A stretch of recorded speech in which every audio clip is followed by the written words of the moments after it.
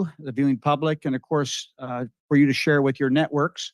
This is an opportunity to identify projects, future projects that will fit within this network. So, and to not only identify, but to prioritize. So we're just getting this out for your consideration, a 3-week period from 8/19, a couple days ago start to September 8th. This will be open for comments. Next slide, please. All right, so this is some good news. Defense Community Infrastructure Program grant. So the city, and with support, a very nice letter of recommendation from the Navy, has just achieved a number 5 ranking out of 114 applicants nationwide to reconstruct the central Bremerton force main. And so this is a big deal. It's a $7.2 million grant. And this force main is 3,100 feet. It's a vital part of our infrastructure right in the center of Bremerton. And just so you know, the general location of this, it's just outside the shipyard, just north. The gravity pressure pipe being replaced starts at the intersection of Gregory and High, runs west on High to Naval, south to Naval to First Street, and then west on First to the Crosstown pipeline on Montgomery. This might not seem like an important, thing for us to even be talking about, but this is why we have the lowest rates in the region. It's this type of creative thinking and work that our public works staff does, and the partnerships we developed to get to the head of the line on projects like this. I wanted to share that with you. Next slide, please. All right, so the Ship Shield program's underway, and we'll be moving fast. It started August 19th. You can tell we are in a perfect window to get this type of work done, so we mobilize and move quickly. Structural patching, removing existing pavement marks, chip sealing, fog sealing, and new striping goes into this effort. And we expect to be done first week of September. You can see on the map the different segments around the city that we're focusing on. All right, just giving you a moment to look at those. All right, next slide, Dave. All right, so I've been giving you updates. We are down to crunch time on this project. So August 26th and 27th, the final asphalt paving will occur. And so we expect this to be possibly the most disruptive part of the project. It'll happen over a 2-day window. We're encouraging folks to consider ahead of time to consider other ways to get from the east to the west side of Bremerton in that area. So, but there'll be some detour signs up with more specific instructions if you find yourself down there near the construction zone. So we're close. We're close to being done with this one. Next slide. The Gorst Creek fish weirs. All right, so each year our Public Works and Utilities Department installs temporary fish weirs to overcome fish barriers on Gorst Creek. The weirs were installed on August 9th by our stormwater and utility compliance crews. We are currently developing a partnership with the Suquamish tribe to study and design improvements to eliminate the fish barriers, which will eliminate the need for these temporary weirs. The agreement with the tribe will come to the council in the coming weeks. Along with removing fish barriers, future construction will remove obsolete concrete channels adjacent to the pump station number 1 and the Chinook hatchery pens. The project will construct a more natural stream channel for the creek and protect existing structures. The tribe has secured the funding with plans to begin the feasibility study this fall. So that the point of interest for you, those temporary weirs that we put in place, they're destroyed by bears. So every year bears, like they find where the easiest pickings are, as bears will do. And in this case, they get into this area, and so they have to be redone every year. We're looking forward to working with the tribe and creating a more permanent situation there. Next slide. the did you know there was a Quincy Square mural project? So yes, yeah, just we're having a lot of fun with this project. This is a wonderful, outstanding project in our community. It is so incredibly uplifting. Look at the vibrancy of this mural. So I'm just what I wanted to do. Next slide, Dave, is just let everybody know that we have a community paint day coming Saturday from 9 a.m. to 11 a.m. And so this is the muralist, Cadavian Baylor, and the Bremerton Arts Commission inviting you, me, and the community to help finish the Quincy Square mural. And so we all know where the mural's located. Come on down, be a part of this. Paint will be provided. And so, you know, the artist, Cadavian, is just making fantastic progress on this.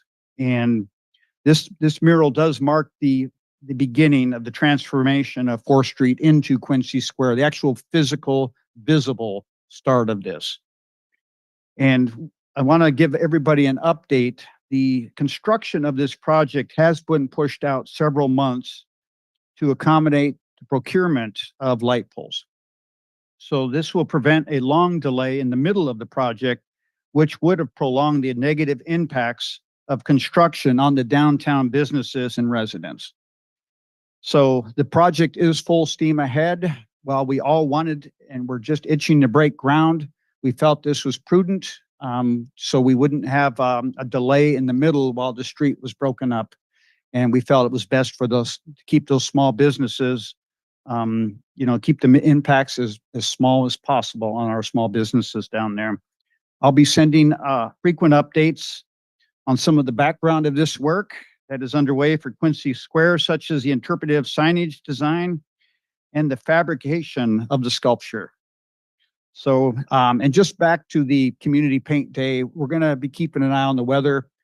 Just watch your communication channels. We're hoping for a nice day. If not, we'll, you know, if it's just looking threatening, we'll work with staff and the leaders of this project, and we'll get some word out on what might happen if we have to cancel.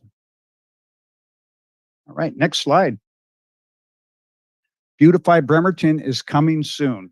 So as you can see on this slide, September 14th, same time as and place as always, down at Legion Field, East 29th Street, East Bremerton, 8 a.m. to 2 p.m. And details on how to participate are on this website up here, and there's some contact information. So that's it for tonight, Council. Thanks for your time. Thank you, Mayor. So many good things happening. Okay, next up, we'll go to the consent agenda with Clerk Hoover. Thank you, President Chamberlain. For approval on the consent agenda are the following items. A, claims and check register. Approval of the following checks and electronic fund transfers. 1, check numbers 407974 through 408150 and EFT numbers V41589 through V41694 and the grand total amount of $3,269,747.15. 2, regular payroll for pay period ending July 31st, 2024 in the amount of $1,150,977.09. 3, regular payroll payout for pay period ending July 31st, 2024 in the amount of $4,460.86. 4, regular payroll correction for pay period ending July 31st, 2024 in the amount of $1,229.84. B, minutes of meeting August 7th, 2024. C, minutes of study session August 14th, 2024. D, confirm appointment of Victoria Hilt to the Bremerton Housing Authority Board of Commissioners. E, agreement with Tacoma Pump and Drilling Company, Inc. for the Well 7A drilling project.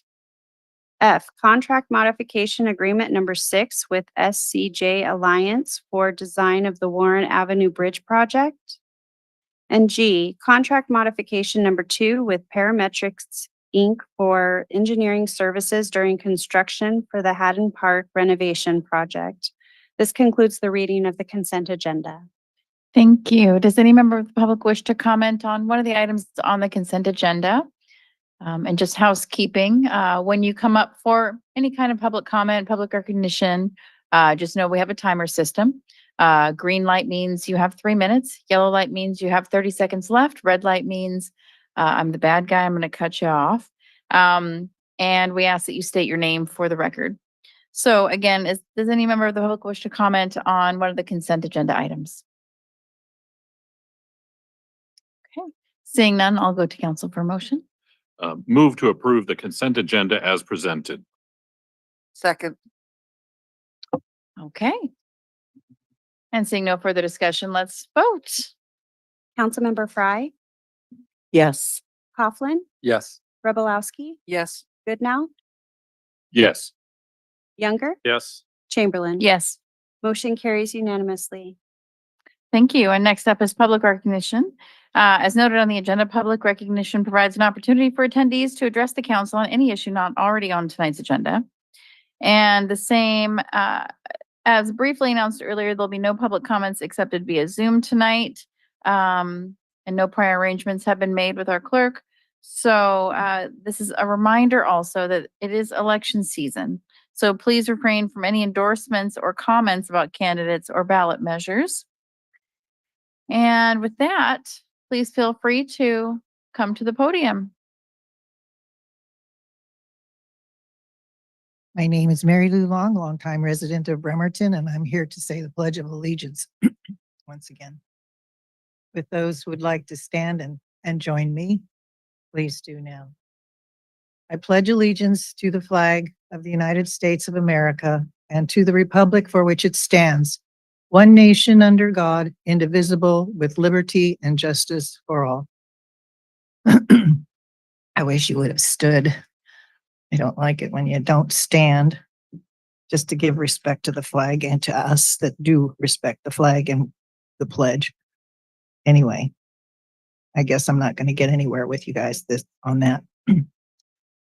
Our neighborhood has had an ongoing problem with cars parked in front of this one particular house that appears to be kind of a drug house, and several people living there, and the older gentleman that was found to be mentally unstable or losing it.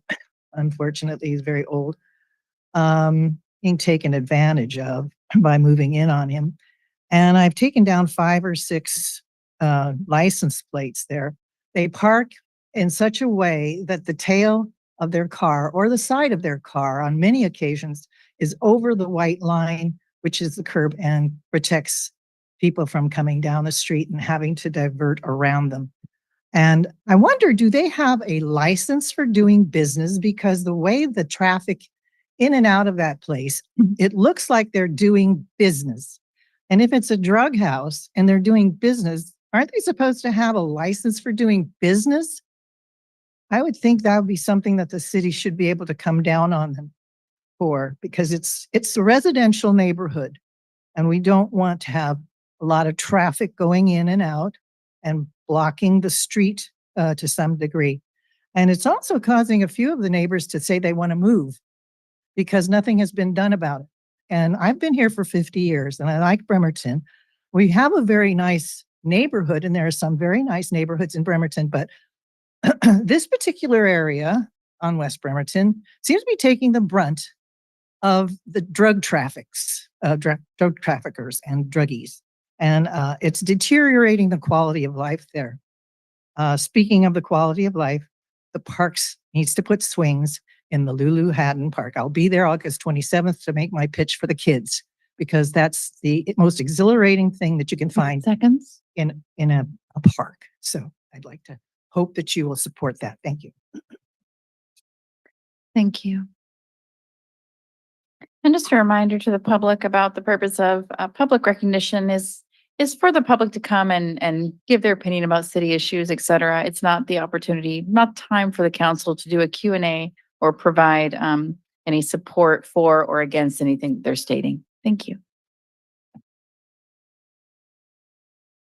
Hi, my name is Kathy Lustig, and I'm a resident of Anatai. I'm president of Save Anatai. You all know who I am. I'm here to ask you to take Anatai out of the UGA. I know that you can put in a request to the county to take us out of the UGA if you want to. I've had some discussions with Becky Erickson about this issue, and she told me that I could quote her on it, that she went from a non-resident to the mayor of Poulsbo because of a leveraged annexation of her husband's farmland. And she wanted me to say that. I do know that the city of Bremerton and the county had discussions back in 2016-17 about taking Anatai out of the UGA just because the sewer was infeasible to take there and do a trade for Kitsap Lake. I have all the emails that say this. I'm not sure why it can't be discussed again. And the other thing I went over with Ms. Erickson was about the numbers about when we would be annexed in if this development went through. I think, Mr. Younger, you said 10 years. According to Ms. Erickson, the way it works is as soon as that starts to get built, the assessed value will go up and exceed what Anatai is, and it will be very quick. And you've already angered our neighborhood, and if that happens, we'll even be more pissed off. So she just suggested that I tell you that then you would have to redistrict, and then we would come for your jobs, just like she did. So I hope that you'll reconsider taking Anatai out of the UGA. It shouldn't be there. Thank you. Thank you.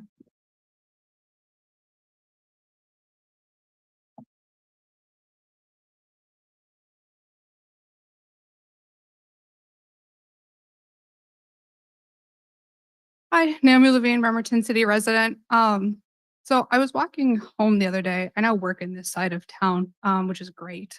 I was walking home the other day down 5th Street after stopping off at the library, and I thought it was really great when I crossed Warren Avenue and some cars stopped for me. You know why that's notable? Because they don't regularly stop for me. You know who else doesn't stop for me? Something that 5 out of 7 of you are a fan of, the cops.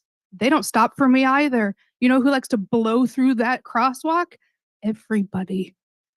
The other day, though, 2 people stopped for me. They were really kind about it. They waved me across, and it was great. So if y'all are friends with the cops, why don't you tell them to stop for me and tell them to tell the other people to stop for me? It's part of your driver's license testing to stop at a crosswalk. Teach people how to drive again. The other part that I'd like to make a note of, sometimes I choose to not walk home on 5th because sometimes I like to walk home on 6th. Both of them are a nice street to walk down. When I stand on the corner of 6th and Warren Avenue, as you can see, is a foe of mine.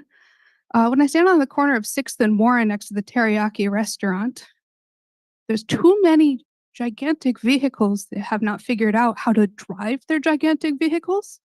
And by which I mean people.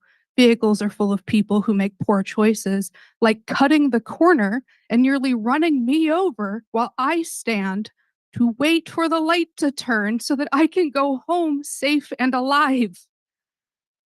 Do something about it. I don't know what, but if you're friends with the cops, do something about it. At least make a good use of your friendship.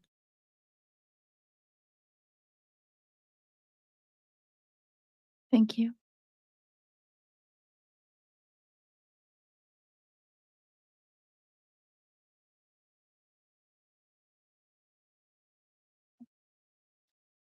Good evening. My name is Debbie Sigward. I'm a resident of Illahee Shores Mobile Home Court, and we are being harassed by Hearst and Sons with our increases in rents and being forced to move out of our homes that we've been in for many, many years. Some folks came and brought us paperwork that we need to come here and speak our mind about what they're doing with us. They're charging us utility bills, rent increases, And a lot of us are older, retired, on disability, can't afford to move, can't afford to stay. And so I'm here tonight to try to figure out what the heck we can do as citizens, because we are distraught. And they're charging us, we're getting slandered, I'm getting slandered. We're getting paperwork that doesn't make sense. And we're just trying to figure out what we can do. And some folks gave us some paperwork to fill out with the manufactured housing dispute resolution. And I just don't know where to start. So I'm here to ask questions and find out what we can do as citizens and residents. These people are getting greedy and they don't take care of their responsibilities. We have issues that aren't being addressed. They get shoved under the carpet. And we're just at a loss of what to do. So I'm just pleading for help in what direction we need to go. Thank you.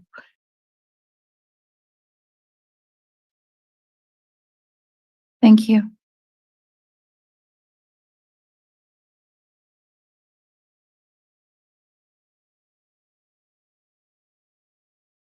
Hello, Michael Simons, resident of Manette and City of Bremerton, District 3. Thank you. First off, just want to thank the council, Councilwoman Frey, for the work that they've put in renaming the district of Harrison. Hopefully that does pass. I think that's today.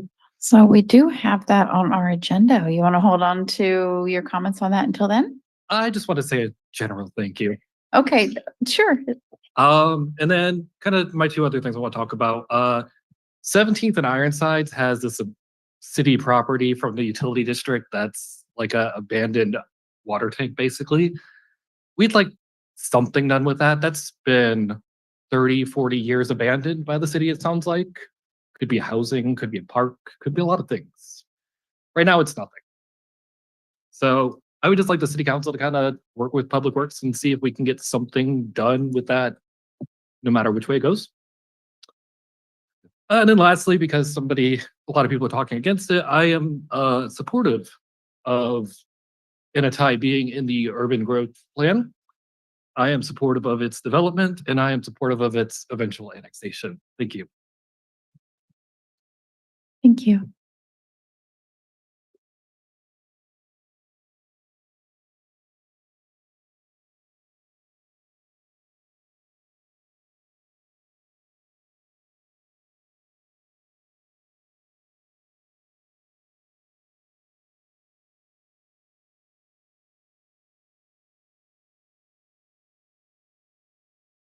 Does any other member of the public wish to comment today during public recognition?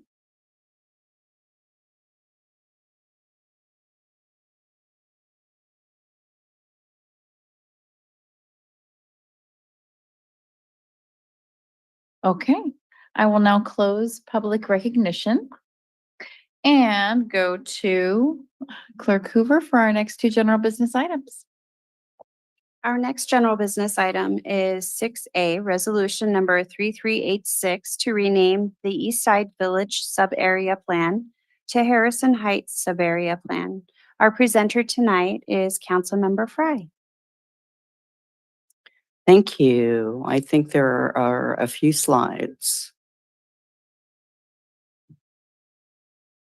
There we go. First of all, I want to acknowledge everybody else that's been involved in this. I first heard about this effort, I think it was in 2020, when there was an op-ed from, I believe it was Jeff Coughlin and a trustee from the Kitsap History Museum, talking about the Harrisons and the fact that now that the hospital was moved and was being renamed, had been renamed, that perhaps there might be an opportunity to recognize them in some way. And then I got onto council in 2022, and Councilmember Coughlin quickly approached me and said, the old hospital in your district is being demolished, and wouldn't it be great if we could somehow use the opportunity to recognize the Harrisons? And so I said, yeah, you know? I think it's very important to honor our history, and I'll talk a little bit more about that in my own report tonight. So let's move forward. I want to acknowledge Garrett Jackson and also Director Spencer for her support in this. This is my first resolution as a city council member. I'm really honored that it's this one. I couldn't be more pleased. We basically want to rename what has been known as East Side Village, well-intentioned, to Harrison Heights. And then there's another aspect that Garrett Jackson will be talking about, which is the ordinance. I think we agreed pre-council meeting to have these separate, the presentations separate. So I'll go ahead and do the first presentation on the renaming. That was the fun part. You know, then doing the housekeeping of changing ordinances and so forth. I'll invite Garrett to come up with staff to take care of that. So let's go to the next slide. Just to give you a little bit of context, council. I like to say, forgive me, but it's Angie and Benjamin Harrison as far as I'm concerned.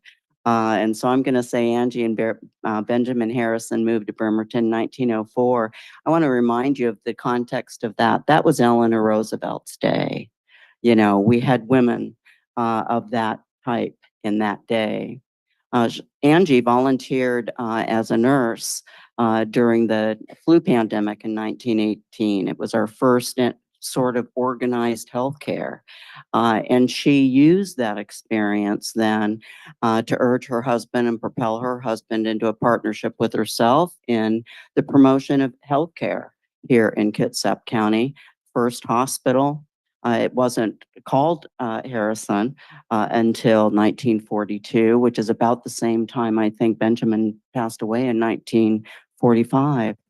And then, of course, a new Harrison Memorial Hospital was built on Cherry Avenue up in District 2 in 1965.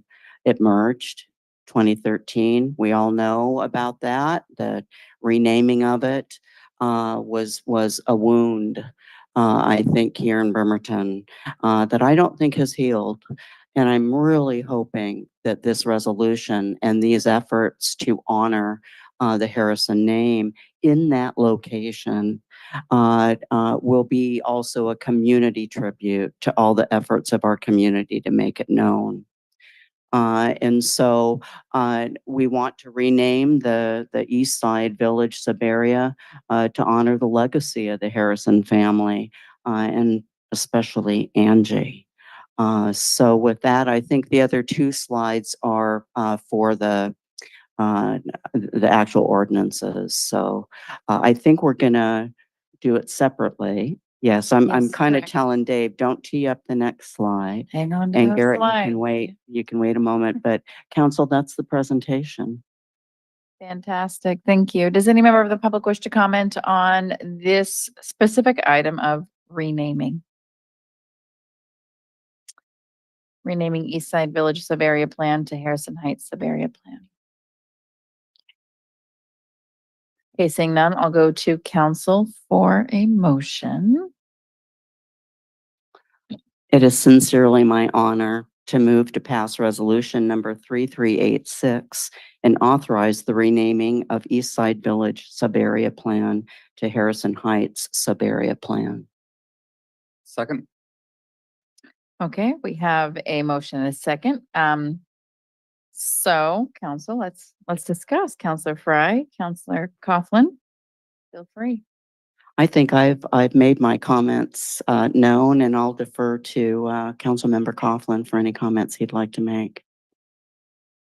Perfect. Just my thanks to you for taking this on and for your district. I've talked about the importance of history, and knowing where we come from tells us where we're going. So I am so glad to see the Harrison's name engraved here in the city and remembered.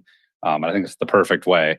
I want to give a big thanks to the board of the Kitsap History Museum that decided to support the renaming. And as you know, Sarah Nell Davis was the other trustee who back in 2020 wrote that op-ed with me when we learned about the departure of the hospital. So thanks to her, because she really was championing it. And then big thanks to, in the audience is Lisa Hope, who's the Director of Marketing and Development for the museum, and on the museum's social media, put out a series of polls with some suggestions for the names. And so it was not a scientific poll, but it got several hundred responses from folks that live here. And Harrison Heights was the clear winner among a couple names. So it's great to have the alliteration and to keep Harrison in there. And I do love the idea of reaching new heights as that area, as we say goodbye to the hospital and the associated facilities over time. Thanks to the planning by the city here, that area will, I think, really blossom into just a fantastic area for people to live, work, and play. And we're already seeing that with new businesses going in from different folks. I also wanted to highlight, you covered so much of the awesome history on Angie Harrison. And I learned something new about her because at the museum currently, we have a couple displays for our women's exhibit. And in one of them is from the Daughters of the American Revolution, and they actually have a whole segment on Angie Harrison, who was a member. And so in addition to all her volunteering and getting the hospital established, she also was responsible as a chapter regent for getting the marker that describes the history of the Suquamish tribe at the end of the Manette Bridge in place, which I didn't know that she led that effort. And then this last part here says that the Harrisons built a large yellow brick home at the highest point in downtown Bremerton. This home and its contents were later willed to the Elizabeth Ellington chapter. Due to its size and overwhelming upkeep for the chapter members, the house and its belongings were sold. The Elizabeth Ellington chapter of the Daughters of the American Revolution incorporated and was formed to manage the Angie Weber Harrison Scholarship for students in the healthcare field. The scholarship still exists today, and since Angie's death in 1960, proceeds from her home sales have funded over $100,000 in scholarships and over $12,500 for community projects, ROTC medals, Good Citizen pins, and historical markers. So Angie has had quite the legacy here in the city. And it sounds like Ben was a good guy too. But so with that, just thanks for all the hard work, and on to Harrison Heights. Counselor Obolowski. Well, the first hospital that they helped build in our community now houses a lot of folks as an affordable housing unit. The Frank Chop place is up on Chester at 8th. Is it 8th? No, I think it's, anyway, it's on Chester. Okay, between 7th and 8th. So even though it's not named for him or for them, the Harrisons, every time I walk by it, I think of them too. And it was a great legacy that they left to our city.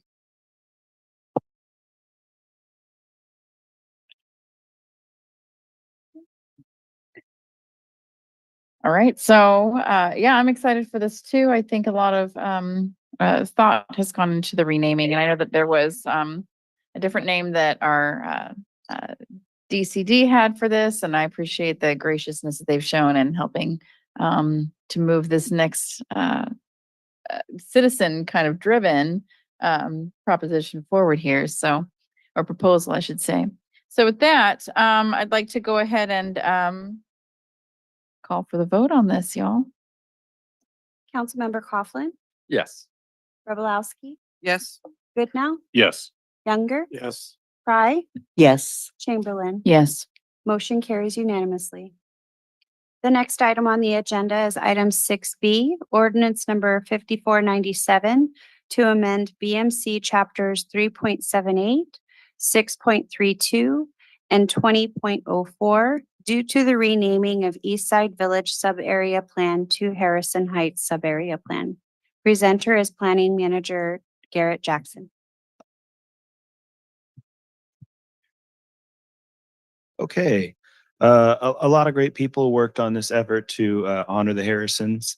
I am here to represent staff to briefly describe the nuts and bolts and how that interacts with the municipal code. So as you'll see up here on the screen, the Harrison Heights sub-area, what it will maybe the Harrison Heights sub-area is outlined here in blue. It's the area that essentially surrounding the old hospital. But there's an ordinance that's separate that changes the few instances in the municipal code where Eastside Village Sub-Area Plan currently exists. So in BMC 378, It appears in the multifamily property tax exemption in 632 and noise levels, and 2004 for the State Environmental Policy Act. Those are the only places in our municipal code where Eastside Village Subarea Plan exists. We're simply going to replace the name with Harrison Heights Subarea Plan. We've gotten the website changes already and the document all gone through in the PDF to post online. So we should be ready to go should council approve this measure. Thank you. Does any member of the public wish to comment on this specific item of amending language in our codes? Okay, seeing that, I'll go to council for a motion. I move to pass ordinance number 5497 to amend Bremerton Municipal Code chapters 3.78, 6.32, and 20.04 due to the renaming of the Eastside Village Subarea Plan to Harrison Heights Subarea Plan. I second. Okay, counselors, discussion, starting with Counselor Coughlin. Just a huge thanks to you, Mr. Jackson, and staff in DCD for jumping on this, and to folks in IT for the website changes. I definitely want to recognize every, there's nothing we do that doesn't require staff, even as something, as simple as this, as a renaming really has impacts. And so I just thank our hardworking city staff for being so accommodating and jumping right on it. We really appreciate it. Counselor Belowski, do you have any comments to add? Okay. Any other counselors want to add to this discussion? Oh, sure. Quick acknowledgement to the city attorney's office and Michael in the office, please convey our appreciation there. We often, they're so quiet typically. So I forget to recognize them, but this was a lift. So thank you. Thank you. It sounds like this is all a really wonderful change. It's citizen driven. It's collaborative by council, by administration. So it's just good stuff moving forward. So let's vote. Councilmember Rebelowski, Yes. Goodnow, Yes. Younger, Yes. Fry, Yes. Coughlin, Yes. Chamberlain. Yes. Motion carries unanimously. This concludes general business. All right, here we go. Next up is council reports, and I believe we have so for this opportunity for council members to provide an update on any issues or events taking place in their district, and for any announcements they might have on events they've recently attended or plan to attend, or any city related topic. I think Eric Younger has about a 10-slide presentation coming up. Is that right, Councilor Younger? No report. I called it. Okay, Councilor Mockler is, Vice President Mockler is out today. Do we have any slides that she wanted us to present for her? Happy to just show those and do my best.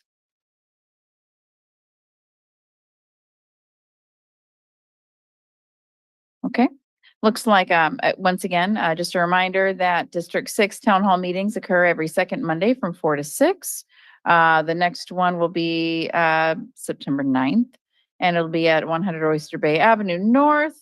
I don't know the topic of this one. She's always great at these topics. So email her to find out what the latest topic's going to be for this one. And is there another slide? Fantastic. Okay. So that concludes District 6 report by Vice President Mockler. Stand-in is me.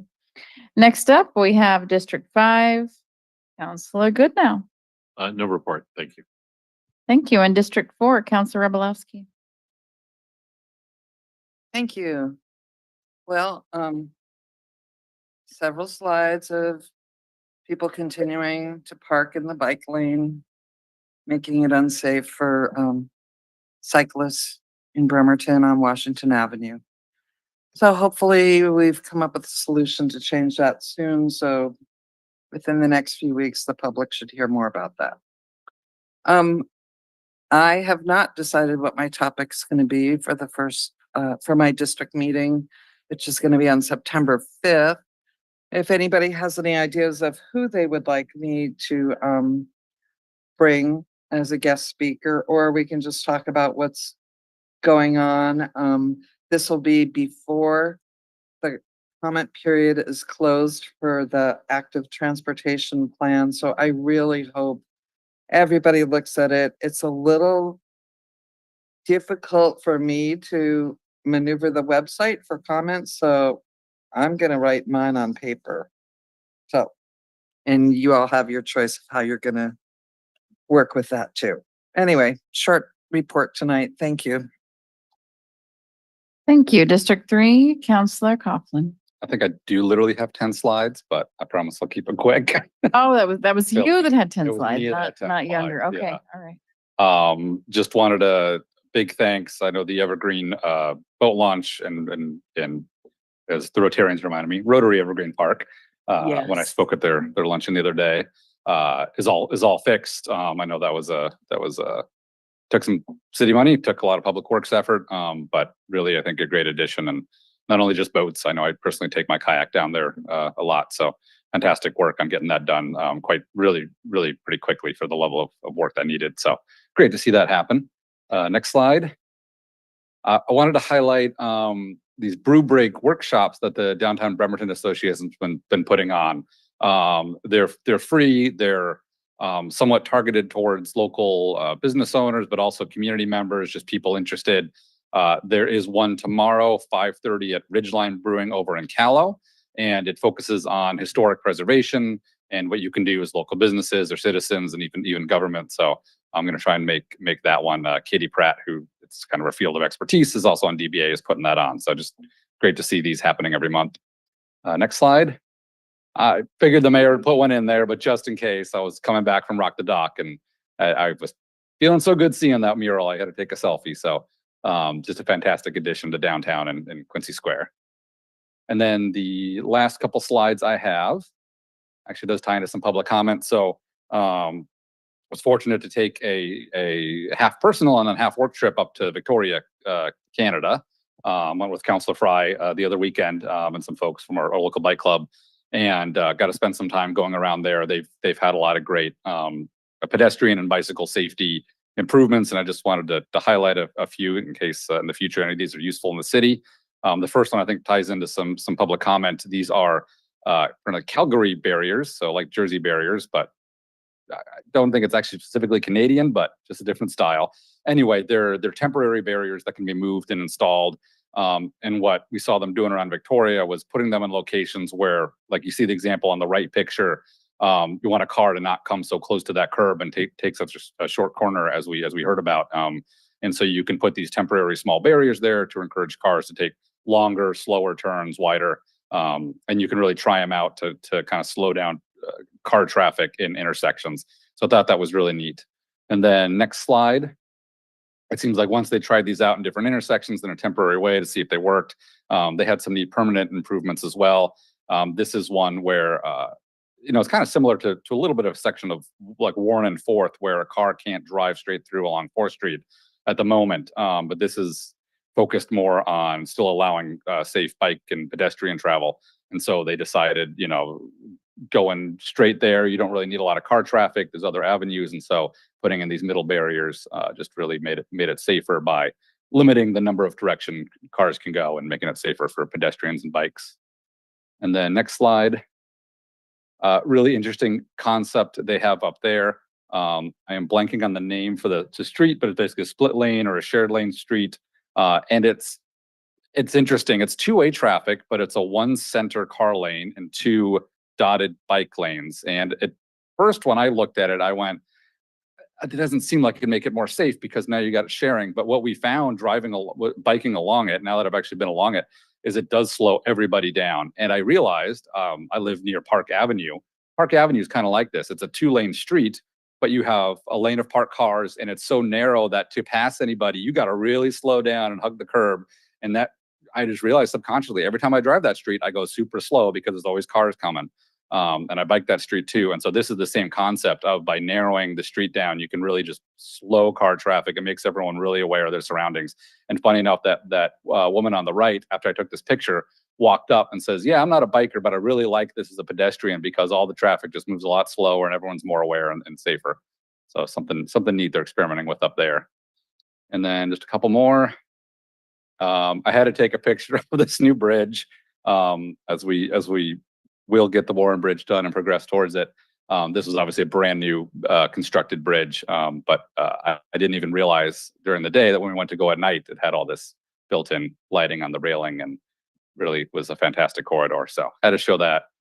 And I believe I just have one last one, second to last. A good example of a short tunnel they had to get under one of their overpasses on a bike pedestrian trail and how they made it into a public mural like we've done with Quincy. And now here's the very last one is it could be worse, but they are not a perfect city. And I just had to laugh when I biked up on this and there was a waste management dumpster right in the bike lane. So no city's perfect. It could be worse. I had to highlight that. All right, that's it. That's it for my report. Appreciate it. Thank you, Counselor Coughlin. Next up, District 2, Counselor Fry. Thank you, Dave. I think I got a few slides. Getting into that though, with Councilmember Coughlin, I rode a trike. I'm 5'1.5", barely. And so to straddle somebody's bike, they would have had to ship something in, I think, from Munchkin Land or I don't know.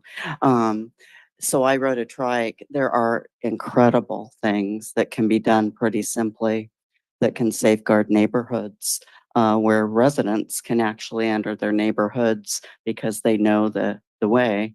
And other cars are dissuaded. It makes it a little, there are a lot of not a through street signs there. I wanted to really center my report though. I mentioned how important this has been to me.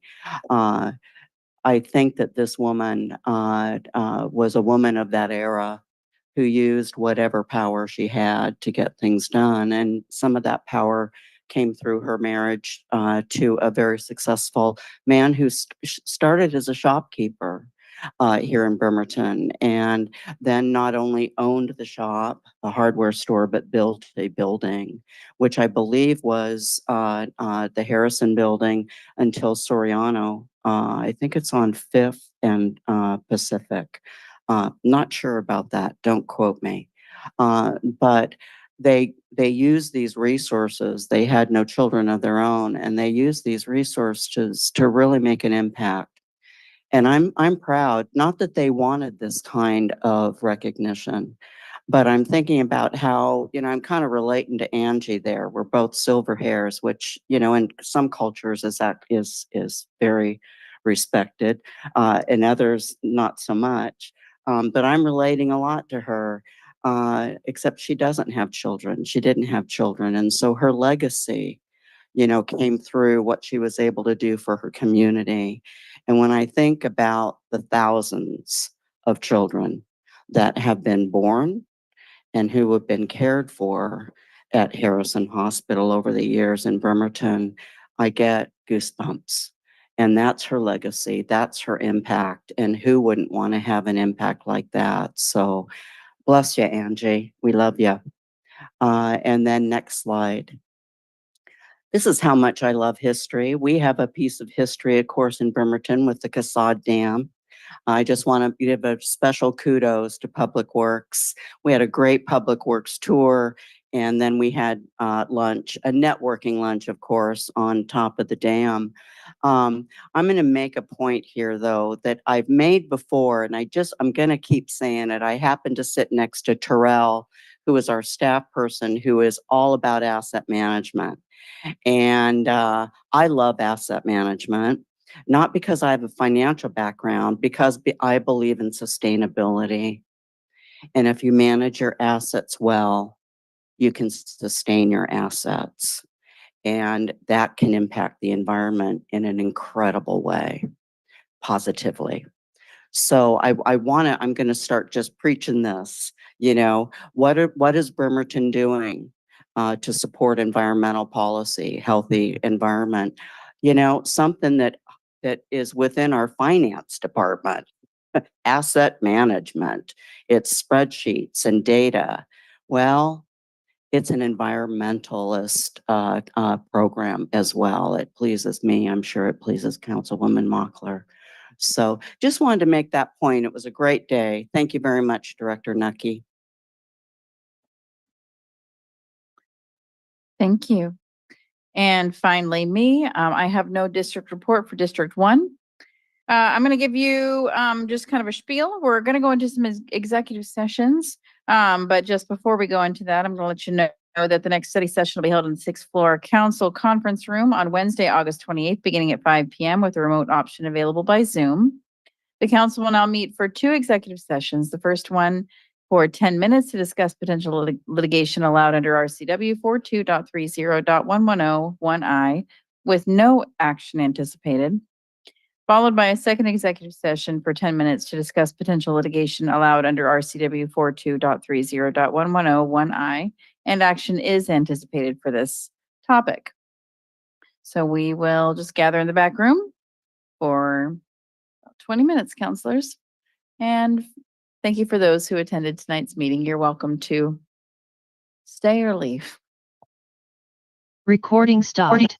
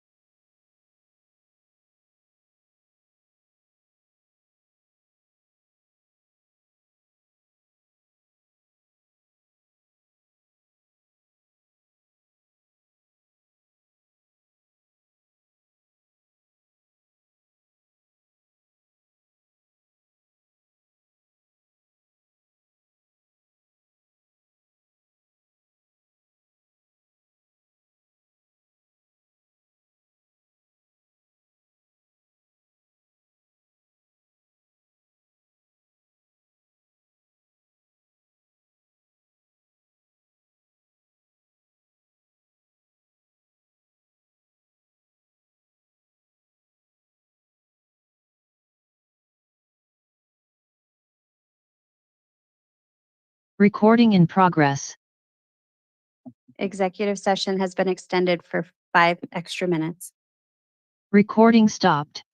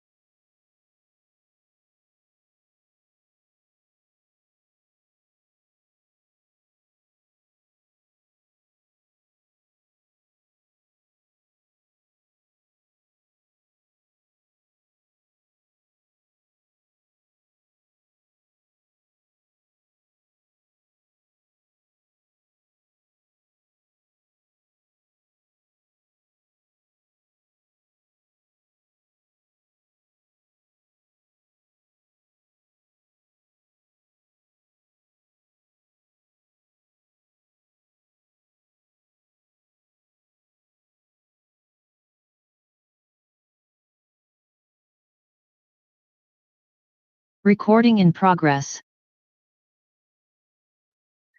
Okay. So we are back and I'm now calling the council meeting back to order. I guess I got a gavel. Hey, there we go. We're back to order, y'all. City Attorney,